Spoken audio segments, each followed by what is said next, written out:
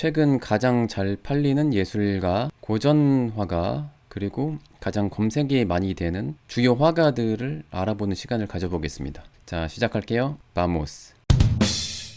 항상 주의 드리지만 적당히 근본 없는 방송이니까 그러려니 무시하셔도 됩니다. 자, 아트넷에서 발표한 최근 가장 수익이 많은 화가들을 이렇게 랭킹으로 구별을 했어요. 근데 경매의 낙찰 건수도 이렇게 나와 있거든요. 그래서 합친 통계라서 어떤 화가가 가장 인기가 많다라고 할 수는 없고, 고전 화가 중에 여러 판매 다 합쳐서 수익이 가장 많은 화가들 순서대로 이렇게 나열해 놨습니다. 그래서 이번에는 최근 미술 시장에서 고전 화가들 중에 주목을 많이 받는 화가들 랭킹이 아니라 10분을 소개하려고 합니다. 그 중에서 판매가 좀 주목받았던 작품 한 점씩 소개를 하려고 합니다.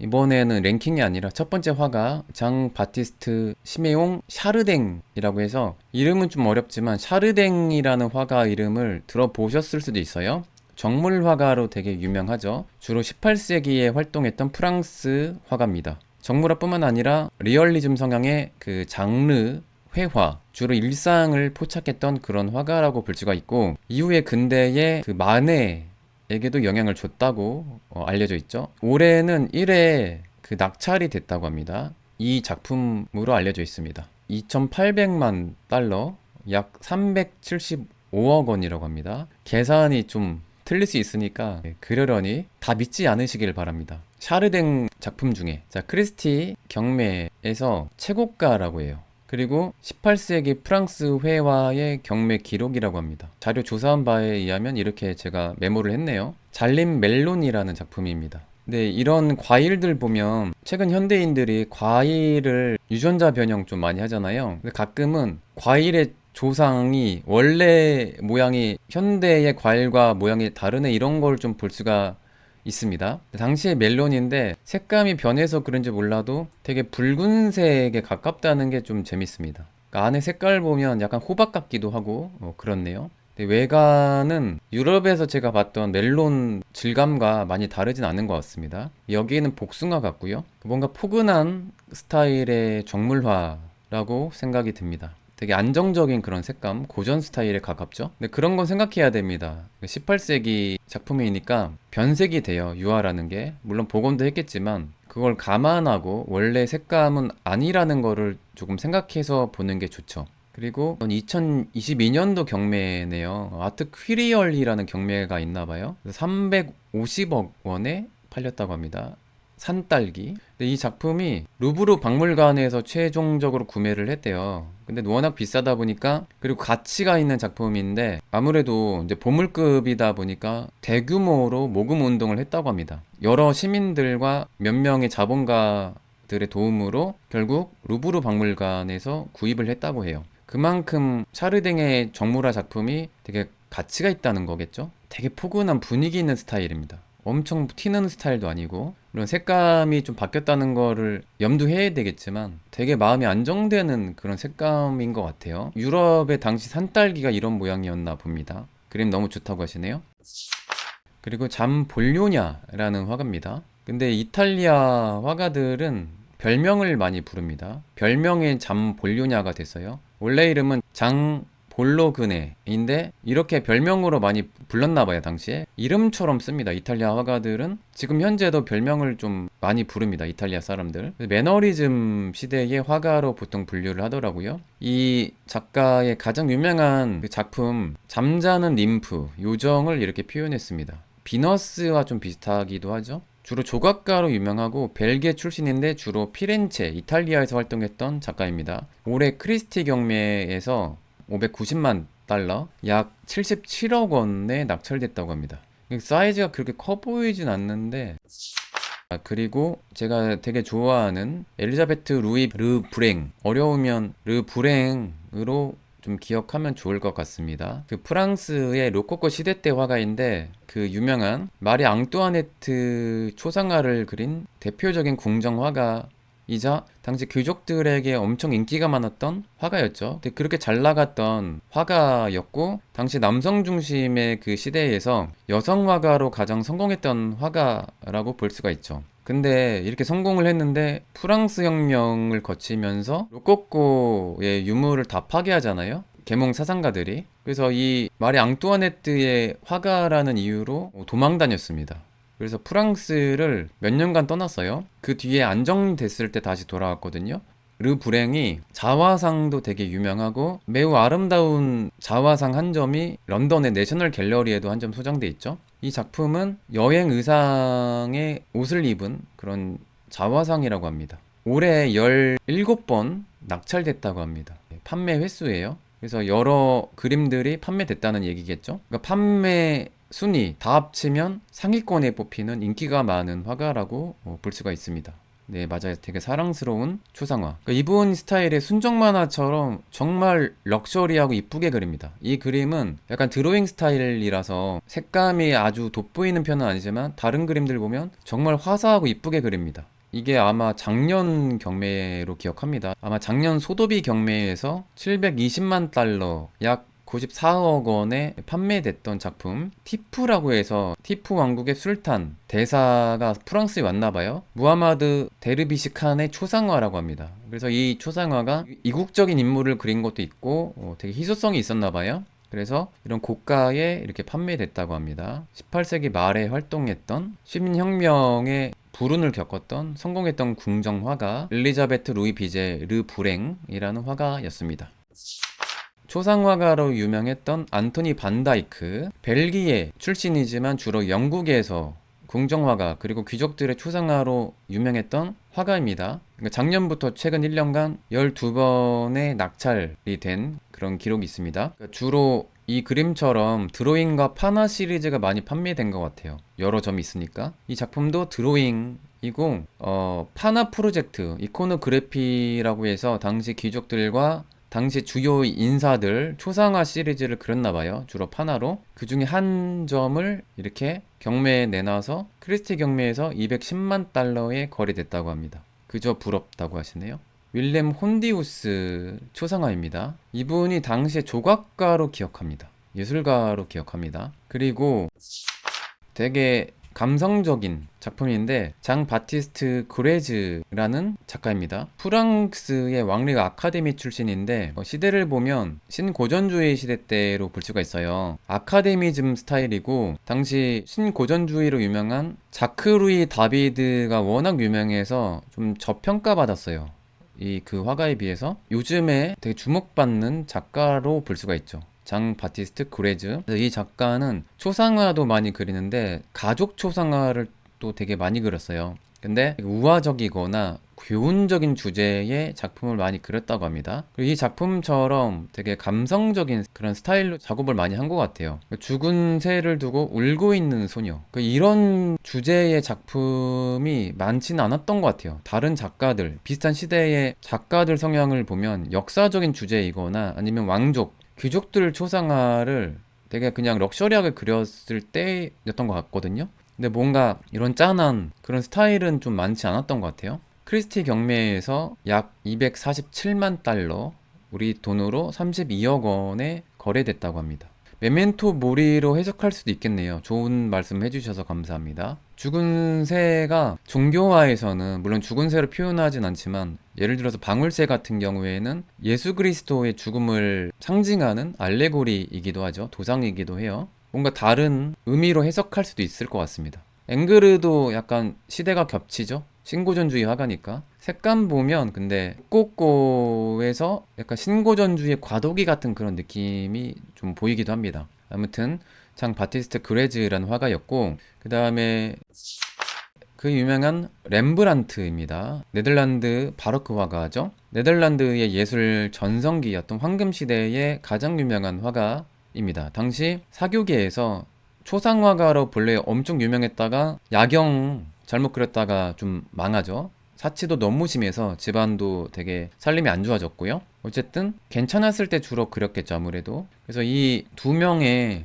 초상화가 좀 세트인 것 같아요. 크리스티 작년 경매에서 1430만 달러, 우리 돈으로 약 187억 원에 낙찰됐다고 합니다. 그리고 1년 동안 대략 266회 판매됐거든요. 이 얘기는 렘브란트 그램이 비싸잖아요. 근데 이렇게 많이 낙찰됐다는 것은, 근데 순위는 중위권인 거 봐서는 주로 소묘나 파나 시리즈가 이렇게 거래가 된 것 같아요. 작품 수가 엄청 많이 판매된 걸로 봐서는. 아무튼 렘브란트의 그 특유의 그 빛 처리가 또 돋보입니다. 이런 역광 처리가 표현하는 게 만만치 않거든요. 제가 또 나름 소묘를 좀 열심히 한 이력이 있잖아요. 소묘 역광 처리 되게 어렵습니다. 그 빛의 연금술사답게 역광 처리도 되게 완벽하게 구사를 하는 렘브란트라는 것을 알 수가 있습니다. 렘브란트 특유의 사인이 여기 보이고요. 근데 렘브란트 가끔 사인할 때 이 D를 생략하기도 합니다.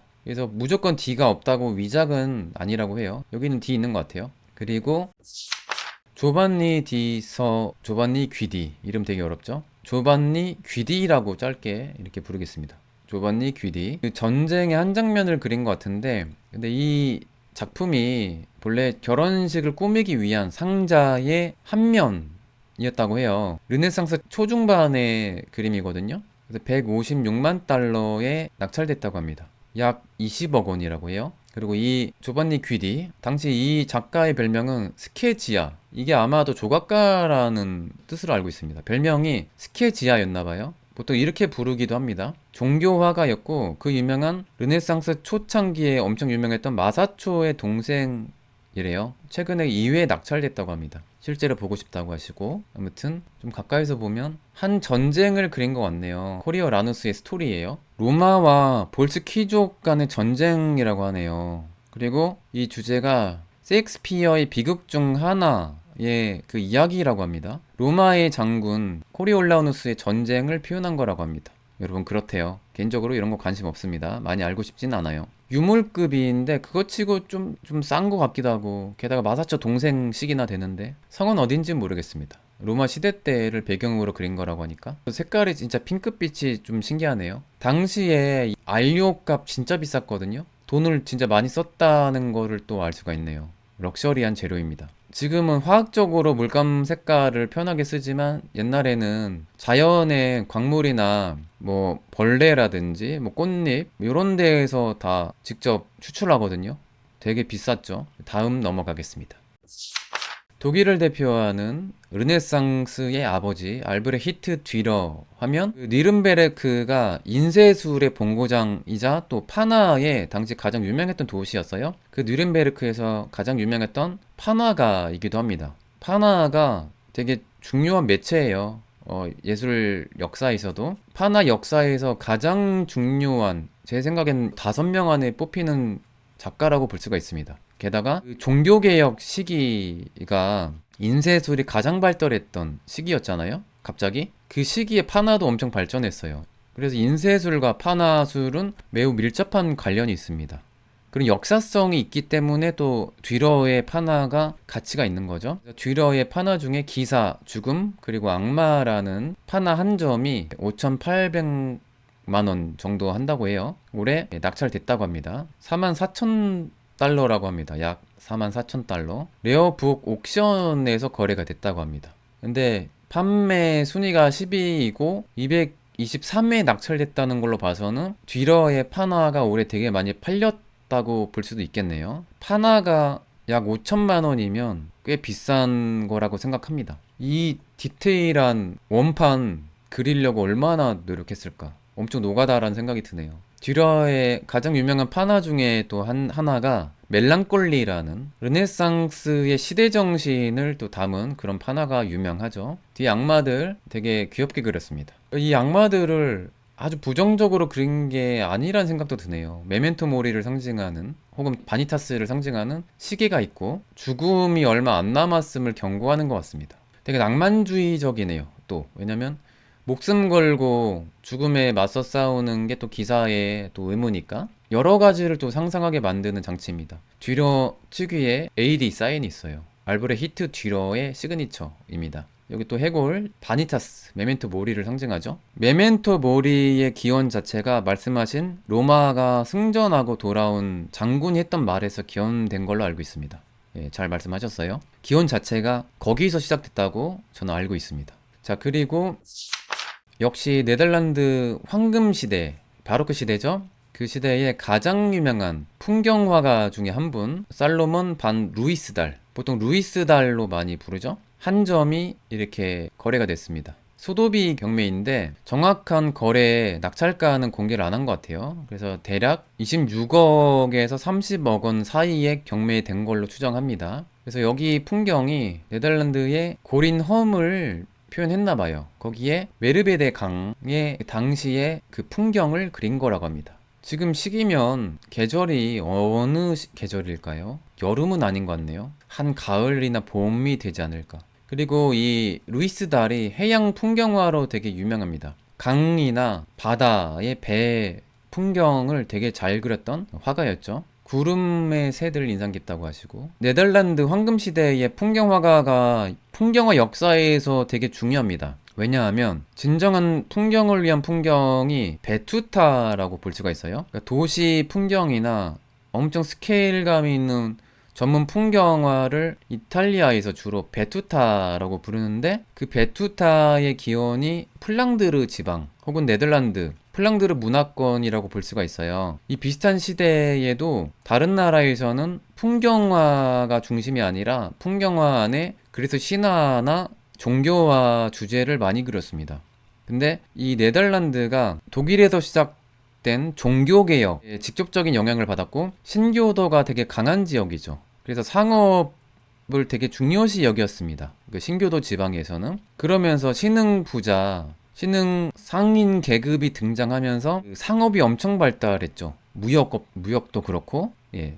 그 시대에 종교화에서 벗어난 일상을 그리거나, 일상을 그린 게 장르화죠. 그리고 전문적인 풍경화, 정모라를 좀 많이 그렸어요. 그리고 너무 화려하게 사치스러운 로마 카톨릭 문화권의 거대한 종교화, 아니면 왕족 초상화보다는 소박한 작은 사이즈의 초상화들을 이 부르주아나 귀족들이 많이 주문했거든요. 그래서 렘브란트 같은 이 화가도 작은 사이즈의 초상화 주문을 많이 받았죠. 그 시대적 배경과 풍경화를 위한 풍경화의 탄생을 좀 같이 보면 그 역사적인 의미가 또 보이기도 하죠. 그림자가 크게 드려진 게 좀 특이하다고 하시네요. 아, 그러네요. 그림자는 구름의 그림자죠. 그걸 또 유심히 보시네요. 네, 맞습니다. 그리고 되게 특이한 정무라인데 루이스 멜렌데스라는 이분은 좀 특이하게 풍경의 정모라를 이렇게 연출했습니다. 풍경 속의 아티초크와 토마토 정무랍니다. 여러분, 토마토 희한하게 생겼죠? 그러니까 옛날 토마토 종자가 이런 모양에서 유전자 좀 조합해서 그 신품종 개발하면서 부드러워진 걸 수도 있습니다. 저도 자세히는 모르겠지만, 근데 모든 품종이 우리가 아는 그 토마토 모양만 있는 게 아니라 스페인 혹은 유럽 가면 호박 모양의 토마토가 있습니다. 비슷한 모양의 토마토가 있어요. 되게 맛이 좋아서 제일 비쌉니다. 호박 모양의 토마토가 원래 그 익은 토마토 자체가 초록빛깔의 토마토가 따로 있거든요. 그것도 되게 비싼데 이 호박 모양의 토마토가 제일 럭셔리입니다. 유럽에서. 럭셔리 토마토의 그 조상, 시족격이라고 볼 수가 있는 이 토마토와 아티초크를 그린 이 정무라. 루이스 멜렌데스는 본래 이탈리아 나폴리 출신이래요. 근데 스페인에 와서 궁정화가가 되고 싶었으나 궁정화가는 되지 못하고 주로 귀족들을 위한 그림을 좀 많이 그렸고 정물화가로 되게 유명했다고 합니다. 그래서 어쨌든 역사적인 좀 가치가 있나 봐요. 그래서 우리 돈으로 약 27억 원에 낙찰됐다고 합니다. 소도비 경매에서. 아티초크 구운 거 맛있나 봐요. 이것도 징그럽게 생겼다고 하시고, 이거는 잘 안 먹어봤습니다. 야채 가게에 비슷한 거 팔았던 것 같기도 하고. 자, 그리고 2023년에서 지금까지 가장 많이 검색된 예술가 탑10을 이번에 순서대로 알아보겠습니다. 아마도 그 구글 검색량을 기준으로 가장 많이 검색됐으니까 주목받은 작가라고 볼 수가 있죠. 그걸 알아보는 시간을 가져보겠습니다. 자, 시작할게요. 바모스. 15위까지 통계를 냈어요. 이게 아트넷 그 사이트에서 조사를 하고, 조사를 한 그 업체는 따로 있는 걸로 알고 있습니다. 그래서 그 조지 콘도부터 여러 작가가 있는데 10위까지 끊었습니다. 그래서 옛날 통계가 있고 이 데미안 허스트까지 끊겠습니다. 그래서 10입니다. 데미안 허스트, 제가 사기꾼이라고 이렇게 자주 소개하는 화가죠. 영국 YBA, 영 브리티시 아티스트 출신이죠. 이 YBA 소속의 화가들이 거의 다 유명하죠. 주로 설치, 개념 미술로 보통 분류를 하고 회화 작품도 되게 많이 팔리죠. 그리고 뭔가 작품을 할 때 죽음과 관련된 모티브로 많이 설치를 합니다. 과도한 상업성 때문에 논란인 작가, 그리고 그 신을 위하여 그 해골의 다이아박은 그 작품이 실제 판매도 안 되는데 판매됐다고 사기쳐서 논란이 됐었죠. 올해 소도비 경매에서 약 560만 달러, 우리 돈으로 73억 원에 낙찰됐다고 합니다. 그 블러썸 시리즈 중에 해피라이프 블러썸이라는 2018년에 이 작품이 팔렸다고 합니다. 그냥 꽃을 그린 것 같은데 좀 평범해 보이는 작품 치고는 과도하게 비싸지 않나라는 생각을 개인적으로 합니다. 사기쳐도 비싼 값에 거래가 되는 엄청 인기가 많은 화가죠. 별 어떤 의미로 봐야 될까요, 여러분? 저는 질문입니다. 어떤 의미로 이 작품을 좋게 평가해야 될지 몰라가지고 만약에 이 작품이 왜 이런 가치가 하는지를 대신 홍보한다면 어떻게 얘기를 해야 될까 그냥 그게 궁금했습니다. 모르겠습니다. 유럽은 벚꽃보다는 봄에 아몬드 나무가 먼저 피잖아요. 아몬드 꽃을 그린 것 같기도 하고 죽음을 주로 표현하다가 최근에 이쁜 거를 주로 많이 작업하죠. 모르겠습니다. 9위입니다. 알렉산더 칼더가 아이들의 장난감의 패러다임을 바꾼 위대한 화가입니다. 모빌을 처음 개발한 화가예요. 모빌이 우리나라 말 아닙니다. 모바일 할 때 모바일이에요. 움직인다는 의미로. 그리고 움직이지 않는 거를 스테빌리라고 이렇게 불렀대요. 반대 개념이죠. 그래서 움직이는 아트, 키네틱 아트의 선구자라고 볼 수가 있죠. 그리고 호암미러와 되게 친했고 몬드리안과도 교류를 했다고 합니다. 그래서 컬러풀한 이런 느낌이 그들의 스타일과 좀 흡사하죠. 올해 소도비 경매에서 1820만 달러에 낙찰됐다고 합니다. 우리 돈으로 약 238억 원이라고 볼 수가 있어요. 사이즈도 엄청 크고 금속판, 와이어, 여기 페인트 칠한 이 작품, 와 200억 넘으니까 알렉산더 칼더의 이 가치가 엄청나다는 것을 알 수가 있네요. 칼더 작품 중에 되게 재미있는 수은이 이렇게 물 떨어지면서 움직이는 되게 신기한 조형물이 있거든요.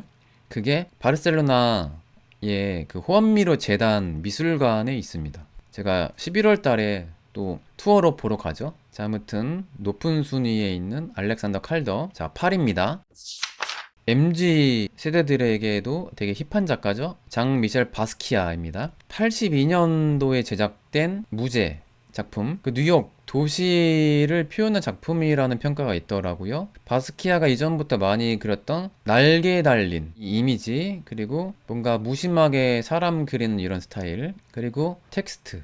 그 장 미셸 바스키아가 그래피티 아티스트로 유명하지만 미술사적으로는 신표현주의에 해당한다고 이렇게 분류도 하더라고요. 장 미셸 바스키아는 사회, 정치, 인종차별 이런 문제점에 대한 것들을 작품에 많이 담았죠. 그리고 다른 작품들 시리즈에서는 흑인, 예를 들어서 권투 선수 같은 흑인 뮤지션을 주인공으로 그린 그런 작품들도 많았죠. 흑인을 우상화하는 그런 작품들 시리즈가 많습니다. 엄청 젊은 나이 27살에 헤로인 과다 복용으로 요절을 했습니다. 이 비주류 아티스트를 미술계에 소개를 한 게 앤디 워홀이죠. 만약 앤디 워홀이 없었다면 장미셸 바스키아가 이렇게 유명하진 않았을 거예요. 근데 이 이른 나이에 스타가 되는 게 예술적으로는 장 미셸 바스키아를 스타로 만들었겠지만 행복한 걸로 봤을 때는 좋은 선택은 아니었던 것 같아요. 일찌감치 스타가 되는 게 스스로 그 비극적인 죽음을 앞당겼다고도 볼 수가 있다고 생각합니다. 세이모의 한 멤버였죠. 원래 2인으로 활동하는 그래피티 아티스트였는데 바스키아는 세상에 알려지길 바랬고 세이모의 한 친구는 뭔가 익명성을 유지하길 바랬어요. 그게 성향이 안 맞아서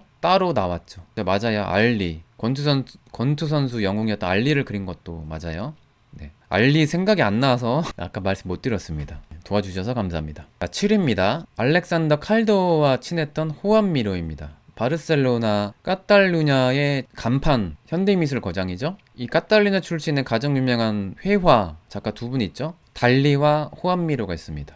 건축가로는 가우디가 있죠. 그 호암미로는 초현실주의 화가로 분류하지만 추상화로 더 유명합니다. 그리고 이렇게 보기도 해요. 그 마크 로스코 같은 생면 추상의 시초로도 평가를 받습니다. 근데 생각해보면 진짜 맞는 것 같아요. 마크 로스코 이전에 생면 추상 비슷한 작품을 먼저 시도했던 것 같습니다. 올해 크리스티 경매에서 2200만 달러에 낙찰됐다고 합니다. 약 288억 원이라고 해요. 사이즈도 꽤 큽니다. 여자, 달, 별을 그린 것 같습니다. 별 맞네요. 이건 달이고 이게 여자인 것 같고 마치 어린아이처럼 그리는 동화적인 스타일이죠. 근데 알고 보면 19금인 그 모티브가 은근 있습니다. 프랑스 레스토랑에서 크게 전시도 했었대요, 이 작품.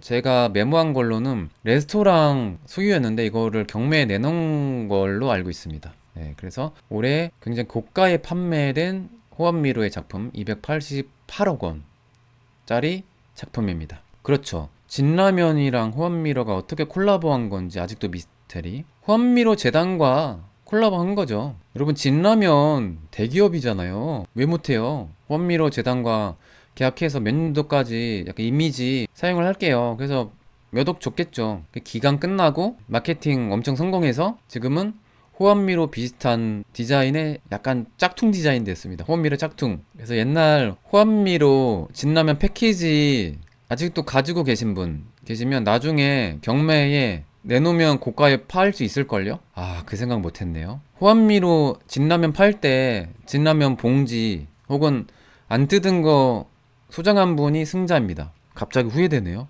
저는 연구 계약인 줄 알고 아무 때나 살 수 있으니까 그냥 알면서도 그냥 호암미로 디자인이구나. 옛날에도 그 기간에도 방송했거든요. 지나고 보니까 쟁여놨어야 했네요. 급 후회가 됩니다. 진라면 호암미로 버전이 나중에 경매에 나올 거예요. 몇십 년 뒤에 예언합니다. 혹은 우리 세대 말고 다음 세대에 되게 비싸게 팔릴걸요. 자, 그리고 6입니다.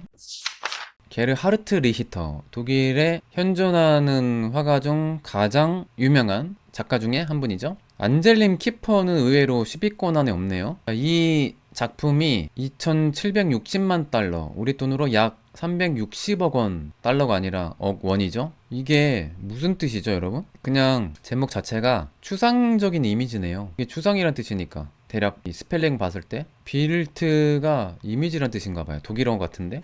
아무튼 1987년도에 이 추상화 작품이 약 360억 원이라고 합니다. 엄청 고가죠? 게다가 현존하는 아티스트인데 엄청 비싸다는 게 와, 이 게르하르트 리히터의 가치가 엄청나다는 것을 알 수가 있습니다. 그리고 이 약간 신표현주의 계열의 추상화인 것 같은데 게르하르트 리히터가 진화되는 과정이 시리즈별로 있잖아요. 그래서 좀 대단한 것 같아요. 계속 재탕이 아니라 시기별로 진화되는 과정이 있으니까. 그리고 이 마뜨에르랑 어떻게 그렸는지가 되게 궁금해하게 만들잖아요. 이렇게 끌어내는 기법으로 이렇게 표현한 걸로 알고 있습니다. 네. 추상화도 게르하르트 리히터, 포토 리얼리즘으로 유명하지만 추상화도 되게 유명합니다. 아무튼 그런 작가고, 여러분 중간에 여러분 슈퍼챗 생각 있으시면 많이 쏴주시길 바랍니다. 슈퍼챗을 쏘는 문화로 만들려고 엄청 노력하겠습니다. 앞으로 개인적으로 매불쇼처럼 모든 슈퍼챗은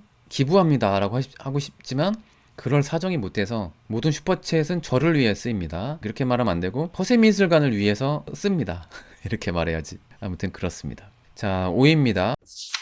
데이비드 호크니, 현존하는 예술가 중에 가장 유명한 분 중에 한 분이죠. 지금 소개하는 그 작가 순위는 작품값 순위가 아니라 검색량 순위인데 최근에 거래된 가장 유명한 판매가의 작품으로 제가 소개하는 것 뿐입니다. 예, 이름이 더 중요해요. 연세가 되게 이제 많으시죠? 영국 브래드퍼트 출신이고 그 영국의 RCA 학교 출신입니다. 회화뿐만 아니라 판화 작가로도 유명하고 사진 작업과 콜라주 등 여러 장르를 가리지 않고 시도를 했습니다. 최근에는 아이패드로 그림을 많이 그리죠. 디지털 아트로도 많이 시도를 하세요. 그래서 올해 런던 크리스티에서 2390만 달러의 이 그림이 낙찰됐다고 합니다. 캘리포니아인데 이 데이비드 호크니 하면 그 수영장 시리즈로 또 유명하잖아요. 완성도 있는 수영장 모습은 아니지만 호크니의 그 성적 취향을 또 알 수가 있는 캘리포니아라는 작품입니다.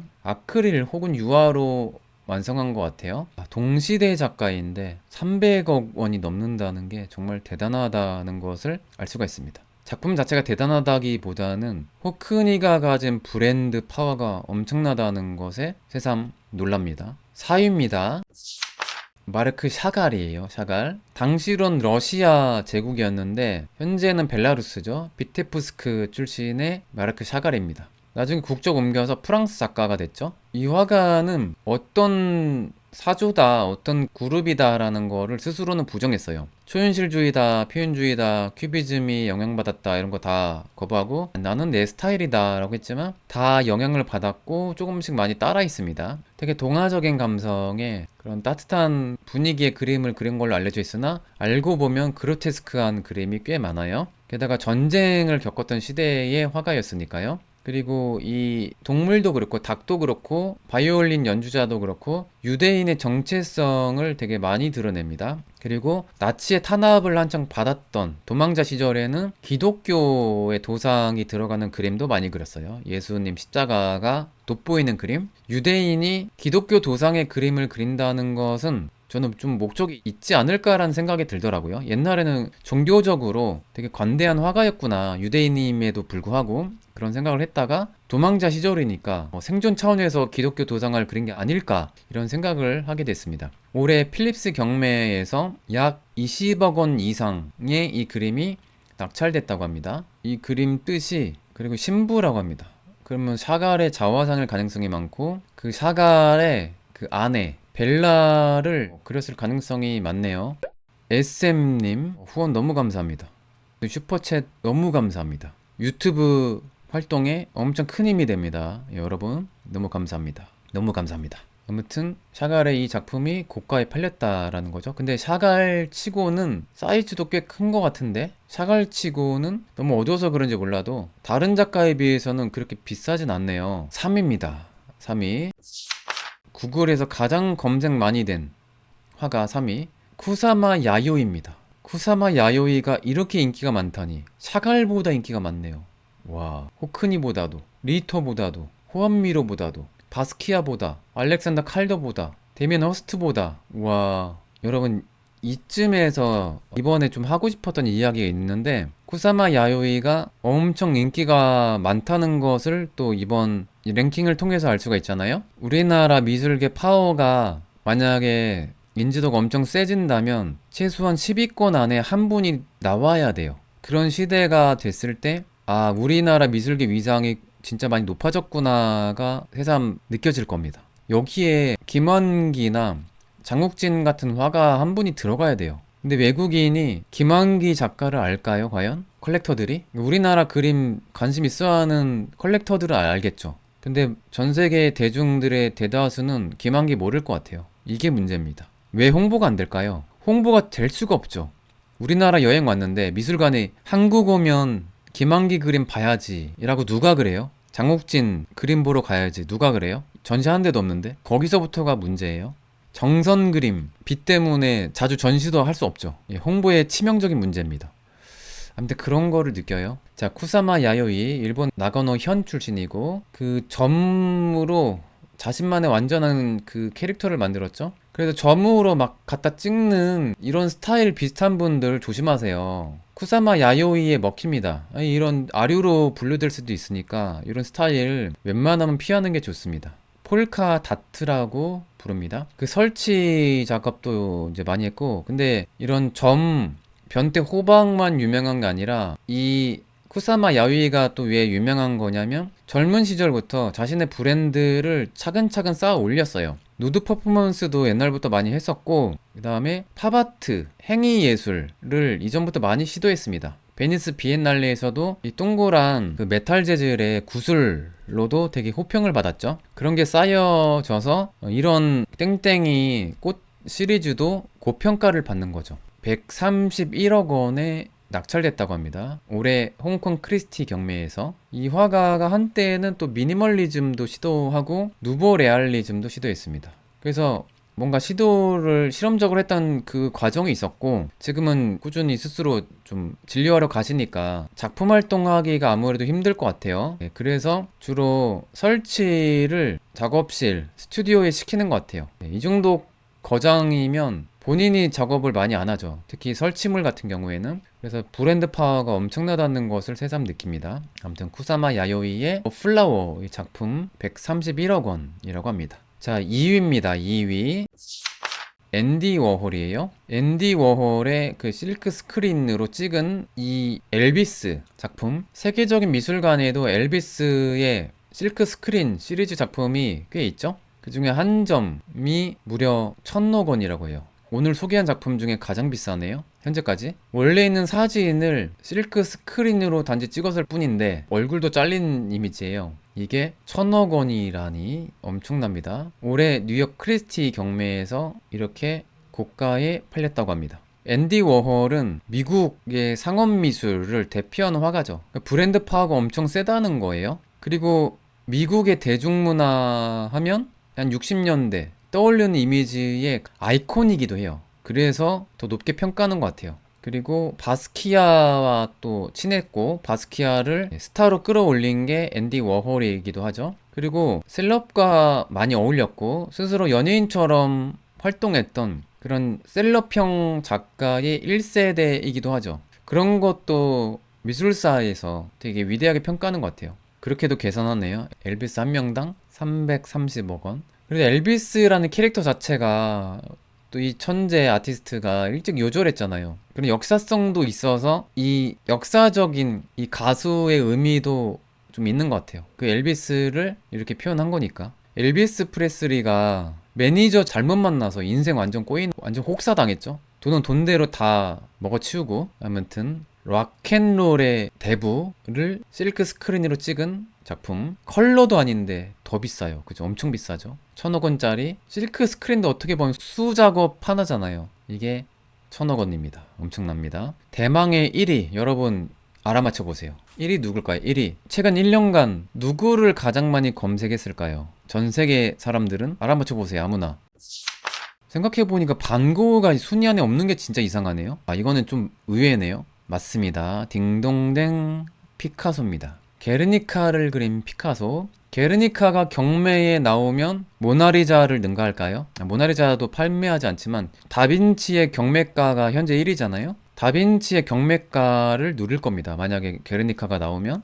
근데 이게 스페인 국보급이라서 경매에 나올 리가 없어요. 나라가 망하지 않는 이상. 나라가 망해도 안 팔 겁니다. 정부에서 안 팔아요, 이런 그림은. 그래서 작년 소도비 경매에서 1억 3,940만 달러에 낙찰됐습니다.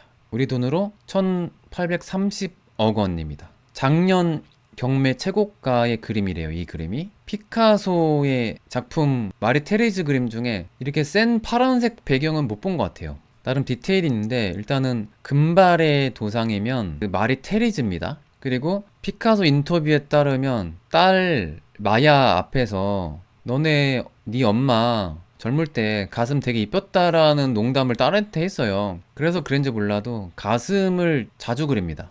이렇게. 그리고 시계가 있잖아요.